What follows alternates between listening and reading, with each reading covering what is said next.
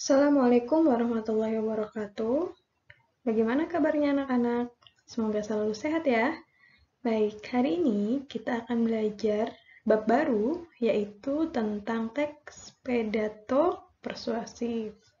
Seperti biasa, sebelum mulai belajar, silahkan kalian berdoa menurut agama dan kepercayaan masing-masing. Berdoa dipersilahkan.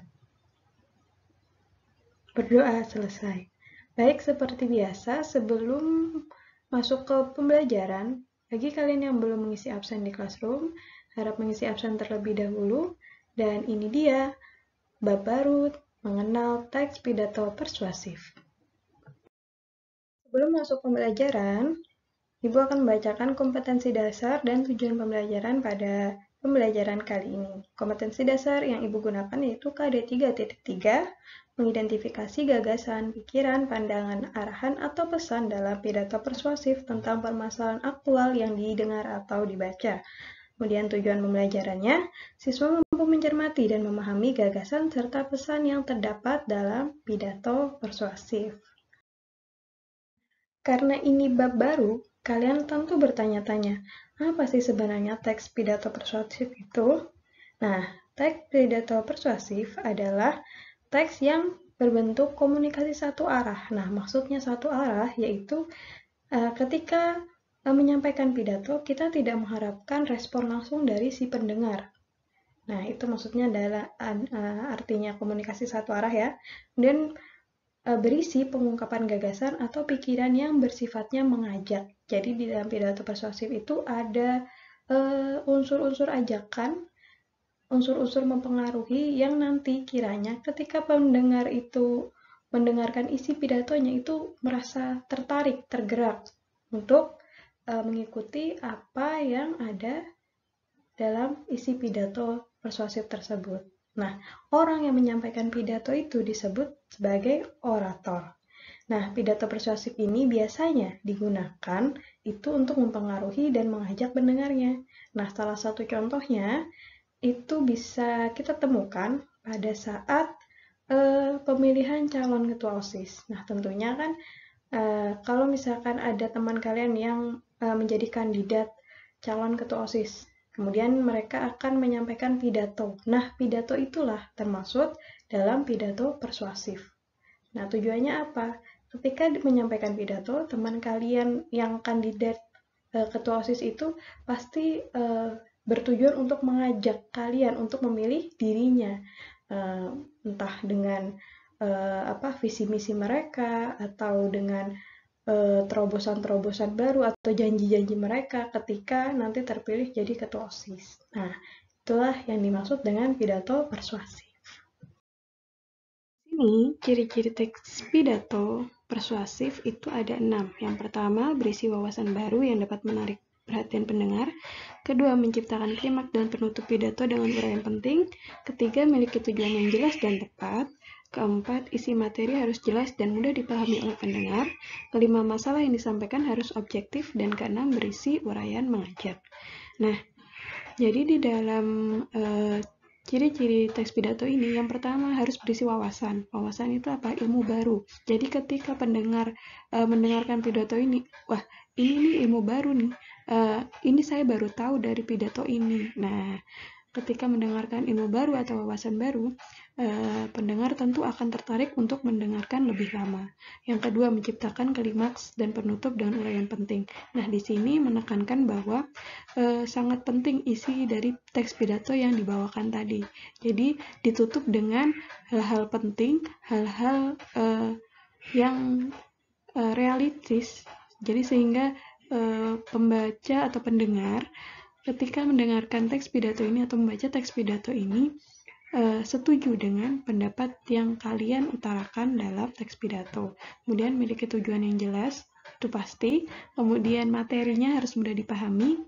Dan terakhir, harus berisi uraian mengajak. Namanya persuasif, jadi berisi uraian yang mengajak.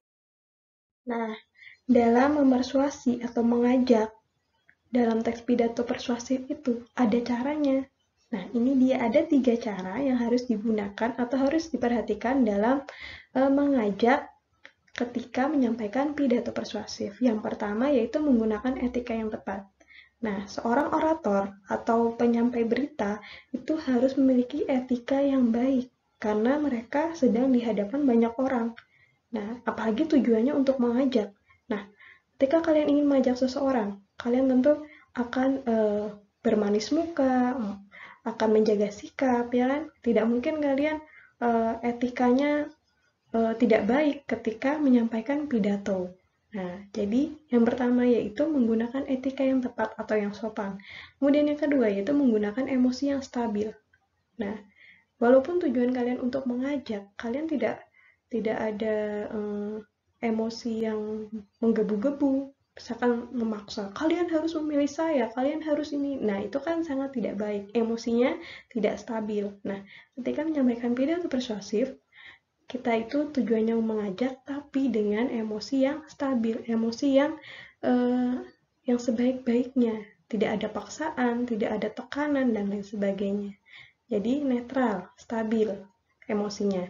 Kemudian ketiga yaitu menggunakan logika atau ajakan yang sesuai kenyataan. Nah, ini sesuai dengan ajakan ya, atau misalkan janji-janji nanti misalkan dalam orasi calon-calon kepala negara kan biasanya pidato presiden, nah itu kan biasanya ada persuasif, ajakan atau janji-janji. Nah, janji-janji itu, ajakan tersebut harus sesuai dengan kenyataan. Nah, misalkan nih ada calon pemilihan ketua OSIS. Nah, kayak gitu. Kemudian ajakannya, ketika saya jadi ketua OSIS, saya akan membangun mall, misalkan kayak gitu. Kan itu sangat tidak sesuai dengan kenyataan. Nah, jadi ajakan atau logika juga harus sesuai dengan kenyataan yang sekiranya dapat dijalankan dan dipenuhi. Nah, itu tadi. Jadi ada 3 poin dalam memersuasi atau mengajak dalam teks pidato persuasif. Yang pertama etika, kemudian emosi, dan kemudian ajakan atau logika. Nah, ini harus seimbang, harus sesuai dengan kenyataan, tidak boleh berlebih-lebihan.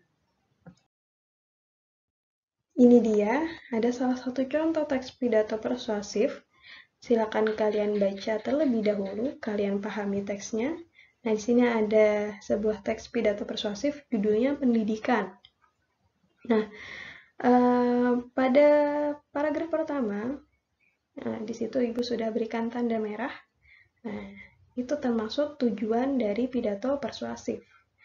Nah, apa bunyinya? Maka dari itu izinkan saya untuk menggalangkan semangat pendidikan dalam kesempatan kali ini. Jadi tujuan pidato persuasif di sini yaitu menggalangkan semangat, membangkitkan semangat pendidikan. Nah, itu tujuannya. Kemudian beranjak ke paragraf kedua, itu pendidikan adalah bidang yang sedang kita tempuh bersama-sama saat ini dan sampai akhir. Nah, itu merupakan pembuka dari pidato persuasif, pengenalan tentang pendidikan. Nah, kemudian masuk ke paragraf ketiga, yang warna biru. Nah, di situ pentingnya pendidikan dalam kehidupan bangsa bersandar pada kenyataan bahwa perkembangan sumber daya manusia sehingga akhir. Nah, itu merupakan wawasan baru dalam teks pidato persuasif. Nah, ketika pendengar mendengarkan paparan ini, mereka tentu, oh ini saya baru dengar ini. Oh, ini ilmu baru buat saya. Nah, itu merupakan wawasan baru. Nah, itu merupakan salah satu ciri-ciri dari teks pidato persuasif. Kemudian, lanjut ke paragraf keempat. Nah, di situ ada Ibu beri tanda hijau. Nah, itu merupakan klimaks atau penutup pidato yang berisi uraian penting. Uraian pentingnya apa di situ? Nah, segala segi kehidupan di dunia ini tidak pernah lepas dari kemajuan pendidikannya pula. Bukan hanya segi ilmu pengetahuannya saja, tapi dari pendidikan karakter, kemajuan mental, dan dari sisi masyarakatnya. Nah, itu yang paling penting, pokoknya itu adalah segi ilmu pengetahuan itu ditunjang dengan pendidikan karakter dan kemajuan mentalnya para masyarakat. Nah, itu adalah klimaks atau penutup dari pidato. Kemudian masuk ke paragraf kelima terakhir. Nah, di situ Ibu sudah beri tanda kuning atau oranye. Nah, di situ merupakan ajakan yang logis. Apa ajakannya? Nah, ingat, kalau misalkan ajakan biasanya menggunakan kata mari atau ayo. Nah, di situ menggunakan kata mari. Mari kita sama-sama terus mengingat dan mewujudkan pendidikan yang baik dan mendidik di Indonesia. Nah, itu adalah kalimat ajakan. Ajakannya apa? Untuk terus mewujudkan pendidikan yang baik. Untuk membangkitkan semangat dalam pendidikan. Nah, itu merupakan ajakan yang logis, ajakan yang cocok lah dalam teks pidato persuasif, apalagi temanya tentang pendidikan. Dan tentunya ajakan itu harus sesuai dengan tujuan pidato persuasif yang disampaikan tadi. Bagaimana anak-anak? Sudah paham? Oke, sudah paham ya?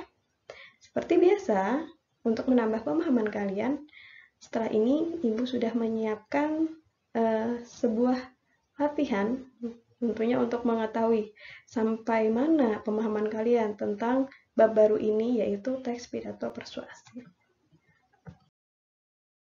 Nah, tugasnya yaitu kalian menganalisis ciri-ciri teks pidato persuasif. Di sini ada dua perintah. Yang pertama yaitu carilah dua contoh teks pidato persuasif pendek. Kalian bisa mencari di internet maupun ngambil dari buku. Entah buku paket, buku LKS, atau misalkan kalian cari di buku-buku pidato, silahkan. Kemudian yang kedua, kalian analisis ciri-cirinya menggunakan tabel berikut ini. Nah, tabelnya seperti itu formatnya, ada nomor, ada teks, ada penggalan teks, dan kategori ciri-ciri. Nah, misalkan nomor 1, teks 1, judulnya apa? Ditulis ya, judulnya apa dan sumber teksnya dari mana. Misalkan kalian dari internet, kalian cantumkan alamat webnya apa. Kemudian penggalan teks. Penggalan teks itu nanti sesuai dengan kategori ciri-ciri. Misalkan tujuan dalam teks pidato persuasif. Nah, kalian ambil tujuan dalam teks pidato tersebut apa. Kalian tulis penggalan teksnya. Oke, kemudian yang kedua, wawasan baru. Wawasan baru yang kalian temukan dalam teks pidato yang kalian ambil itu apa. Kemudian penutupnya seperti apa. Dan ajakan dalam teks pidato tersebut tuh apa. Nah, kalian tulis penggalan-penggalannya saja.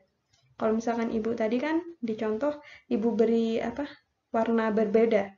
Oh, mungkin warna merah untuk tujuan, warna biru untuk wawasan baru, kemudian yang warna kuning untuk ajakan, penutupnya warna biru. Nah, itu. Nah, kalau misalkan di sini kalian tulis penggalan teksnya. Oke, nah di situ ada contohnya dua tugas. Dua teks pidato yang harus kalian kerjakan, maksudnya seperti itu. Oke, silakan kalian kerjakan di kertas tulis kalian. Jangan lupa sertakan nama dan kelas. Oke, itu dia tadi tugasnya dan materi yang sudah Ibu sampaikan.